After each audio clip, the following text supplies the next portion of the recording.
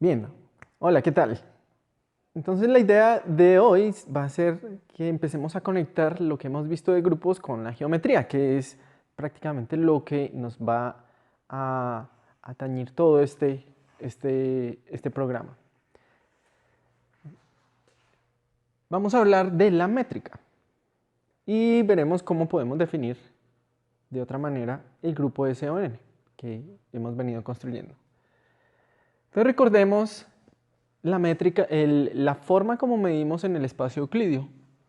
Veíamos que simplemente es la distancia al cuadrado entre puntos. Que en algún momento veíamos que con Galileo es un invariante. Y podemos hablar de esta distancia ya cuando la separación entre puntos va a ser infinitesimal. Tomamos dos puntos separados infinitesimalmente. Y este resultado, voy a pensarlo en d dimensiones en general, lo puedo escribir así con la fórmula de Einstein, de sumatoria. Este resultado es lo que vamos a llamar el elemento de línea. ¿Qué sucede? Que pues en este espacio no resulta increíblemente útil, digamos, en el sentido de por qué hacerlo, pero en general si yo quiero, por ejemplo, tomar trayectorias que no son líneas rectas y yo quiero saber cuánto he recorrido, pues entonces lo que tengo que hacer es tomar sumatorias de pequeños elementos de línea. En espacios curvos, incluso si la trayectoria parece ser una línea recta, tengo que hacer sumatorias de pequeños movimientos. Entonces este elemento de línea va a ser fundamental en lo que vamos a hacer. ¿Ok? Ahora, para el espacio euclidio, entonces definimos esto. Y lo vamos a escribir de una manera muchísimo más elegante. Vamos a utilizar el delta de Kronecker, de tal manera que, si se dan cuenta, este es I y este es J. Y entonces puedo escribir el elemento de línea de esta manera. Ahora, vamos aquí a introducir otra forma de escribir este elemento de línea que va a ser muchísimo más general. Voy a considerar que este señor de aquí lo puedo pensar como el elemento de un vector. Y este de aquí como el elemento de otro vector, de tal manera que lo puedo ver como el sándwich de una matriz. ¿Ok? O de un tensor, con el lenguaje que ya hemos hablado acá. Entonces, para que este señor acá me dé lo que yo estoy encontrando aquí, veo que ese tensor tiene que ser la matriz de identidad. ¿Ok? Entonces aquí lo que he dicho es que el elemento de línea al cuadrado es igual al sándwich con un tensor que lo vamos a llamar el tensor métrico, que para el caso del espacio euclidio coincide con la unidad. ¿Listo? Entonces, nuevamente, el elemento de línea al cuadrado es el sándwich de los vectores diferenciales con la métrica.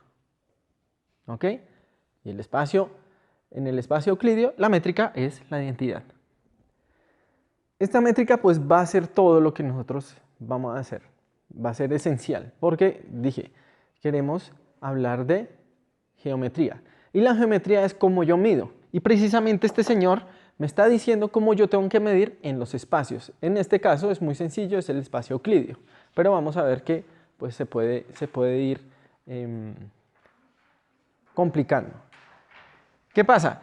Entonces, este señor me dice cómo medir y ya cuando yo sé medir distancias pequeñas, pues simplemente tengo que sumar. Estoy diciendo que en el espacio euclidio es sencillo. No es tan cierto porque, por ejemplo, ustedes pueden ver cuál es la métrica del espacio euclidio si no utilizamos coordenadas cartesianas, si no utilizamos coordenadas esféricas. Y se van a dar cuenta que no es la matriz de identidad. ¿Listo? Entonces, otra nota que tenemos que tener aquí es que la métrica depende del sistema de coordenadas que estemos utilizando. ¿Ok? La forma de la métrica depende de ese sistema de coordenadas. ¿Listo? Ok, entonces déjenme utilizar esto ahora con las rotaciones. Claramente este señor es un invariante bajo rotaciones. Veámoslo más explícitamente aquí. si yo cojo el elemento de línea en un sistema de referencia y lo miro en otro sistema de referencia que está girado, en el otro sistema de referencia tengo que utilizar los vectores que han girado y como es el mismo espacio, el espacio no ha cambiado, yo simplemente lo que he hecho es girar, tengo que utilizar exactamente la misma métrica, ¿sí? Pero aquí utilizo los vectores que ve la persona en el sistema girado. Ahora, ¿qué es lo que hemos construido hasta ahora? Que yo puedo traducir de un sistema de referencia a otro y esta es la traducción, ¿cierto? Con las matrices de rotación. Ahora, con las propiedades usuales de las matrices, este señor se transforma en este, ¿cierto? Invierte en su orden. Y tenemos este producto aquí, R transpuesta GR. Pero, ¿qué sucede? Sucede que R transpuesta GR, recordemos que este señor es la identidad. O sea que este producto es simplemente R transpuesta R, pero R transpuesta R es la identidad porque estamos hablando de matrices ortogonales. O sea que este señor que está aquí es simplemente G, nuevamente. O sea que estoy recogiendo de aquí, vuelvo y obtengo el elemento de línea del sistema sin girar, ¿sí? O sea, estoy viendo que efectivamente el elemento de línea es invariante bajo rotaciones. El elemento de línea del espacio euclídeo es el invariante bajo rotaciones y es simplemente volver a mostrar lo que habíamos dicho en algún momento, que las diferencias son invariantes bajo una rotación. Ahora, ¿qué es lo que quiero que aquí quede en la mente? Y es que tenemos esta relación de aquí que me está diciendo esto, pero entonces ahora la quiero ver de otra manera. Lo que quiero ver aquí es que lo que está aquí es simplemente la transformación de un tensor de rango 2, como la métrica. La métrica es un tensor de rango 2. Entonces me estoy dando cuenta que la métrica es un tensor invariante, o sea que cuando yo la transforma vuelve a ella misma. ¿Listo? Vamos a utilizar eso como definición del grupo SOD. Entonces, el grupo SOD consiste en las transformaciones que me dejan invariante la métrica del espacio euclídeo. Repito, el grupo SOD o el grupo de transformaciones de rotación en D dimensiones son las transformaciones que dejan invariante la métrica del espacio euclídeo. Y eso lo vamos a utilizar más adelante, por ejemplo, para definir el espacio de Minkowski. Entonces, la métrica es un caso particular de un tensor invariante. Veamos si existen más. Entonces, ¿qué acabamos de ver? Acabamos de ver que la métrica es un tensor que me permite medir en un espacio, me dice cómo debo medir en un espacio, y este tensor es invariante bajo rotaciones cuando estamos hablando de la métrica del espacio euclídeo. Y eso nos permitía entonces definir el grupo de rotaciones de otra manera, como tal que dejara la métrica del espacio euclídeo invariante. Ahora, no es el único tensor invariante, como vamos a ver ahora. Para ver esto, recordemos que el determinante de una matriz o de un tensor de rango 2 es invariante. Eso es sencillo de verlo porque si yo calculo el determinante en el nuevo sistema de referencia, simplemente tengo que meter la matriz en el nuevo sistema de referencia y esta es la forma como ella transforma, recordemos. Ahora el determinante de un producto es el producto de los determinantes si tengo algo así, ¿cierto? Ahora estos son números, yo puedo ponerlo donde yo quiera. Recordemos que estamos hablando de matrices ortogonales, o sea que se satisface que el determinante de ellas, o el determinante de R por R transpuesta da 1, porque es el determinante de la identidad, pero este es el producto de los dos determinantes, el de la transpuesta y el de R. ¿Ok? O sea que estos dos números simplemente se van a cancelar, son inversos, y tengo que efectivamente el determinante de la matriz inicial es igual al de la final.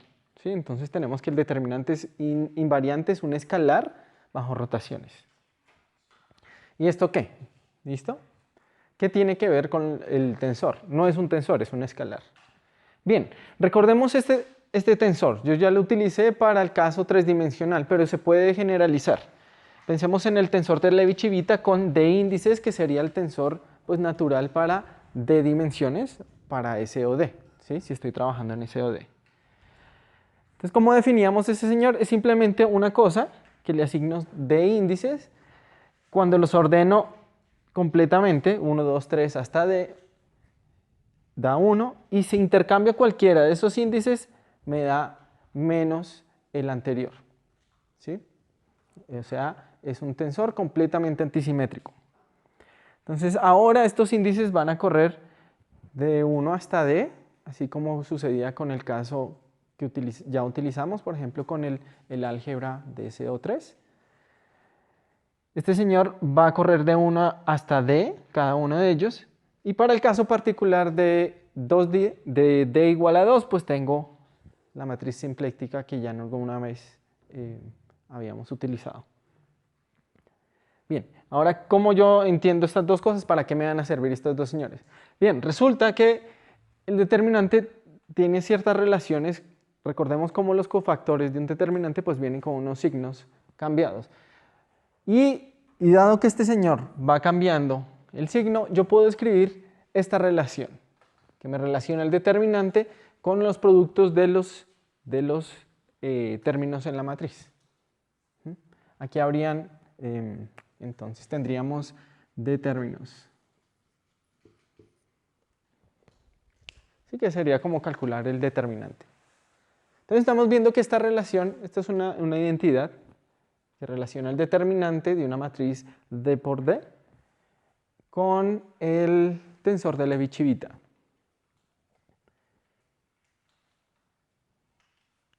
Fíjense que aquí, si yo reemplazo en esta expresión de aquí arriba por la matriz de rotación, este determinante es 1, y tengo que esta expresión se reduce a la que está acá. ¿Qué sucede? Que este señor, yo sé que es independiente de si estoy viéndolo en un sistema de referencia o en otro, y por otro lado estoy viendo que, o sea, eso lo habíamos visto acá, y por otro lado estamos viendo que lo que encuentro acá es simplemente la transformación de un tensor de rango D, ¿cierto? Aquí voy a tener D copias de la matriz de rotación. ¿Pero qué estoy encontrando? Que si hago la transformación de este señor, obtengo exactamente el mismo señor, que es precisamente lo que define a un tensor invariante. Entonces estamos viendo que además de la métrica, tengo otro tensor, que es el tensor de Levi-Civita, que también es invariante. Y esto va a ser bastante general. ¿Listo? Entonces vamos a tener dos tensores invariantes, la métrica y el tensor completamente antisimétrico. Ahora esto, recordemos que una de las cosas que habíamos entendido la vez pasada es que había unos tensores que yo podía partir y unos que yo podía partir en una parte simétrica o una parte antisimétrica. La parte antisimétrica resultaba que era igual a un vector. Bien, esto se puede entender de acá. Fíjense este señor que está acá. Como yo estoy sumando, ¿sí? Si se nota aquí el J y este K, hay una suma. Esta suma es distinta de 0 solamente si esta parte es antisimétrica. Si llega a ser simétrica, el hecho de que este señor sea antisimétrico va a hacer que la suma de 0. O sea que esto solo tiene sentido si lo que yo tengo aquí es, o no solo tiene sentido, sino solo es distinto de 0 si este señor es antisimétrico. Bien, este señor que está aquí va a tener un índice por ahí solito, que es precisamente lo que me diría que es un vector. Pero eso es solo cierto si este señor que está aquí es un invariante. ¿Ok? O sea, estamos viendo que efectivamente este señor, que es el producto de este señor por este tensor antisimétrico, es un vector. Y el ejemplo que ya vimos la vez pasada es el producto cruz, que resulta en un tensor antisimétrico venido de dos vectores, ¿ok? Y cuyas componentes se expresan efectivamente de esta manera. ¿Sí? Fíjense que son las dos formas de construir algo a partir de dos vectores utilizando los tensores invariantes. Un tensor invariante es la métrica, que cuando yo hago el sándwich con dos vectores y la métrica me da un producto interior. Y otra forma es coger los dos vectores y el otro tensor invariante. Entonces, hoy, ¿cuál es la moraleja de hoy? La moraleja de hoy es que podemos definir una cosa que llamamos métrica, y esa cosa que me da me dice cómo voy a medir en el espacio. Y teniendo la métrica, además yo puedo medir o definir algunas transformaciones que me dejan el espacio o la forma como yo mido invariante, y esas para el caso del espacio euclidio son las rotaciones. Eso lo vamos a aprovechar más adelante para, por ejemplo, definir el espacio de Minkowski y las transformaciones de Lorentz. Pero entonces por hoy es todo. Hasta luego.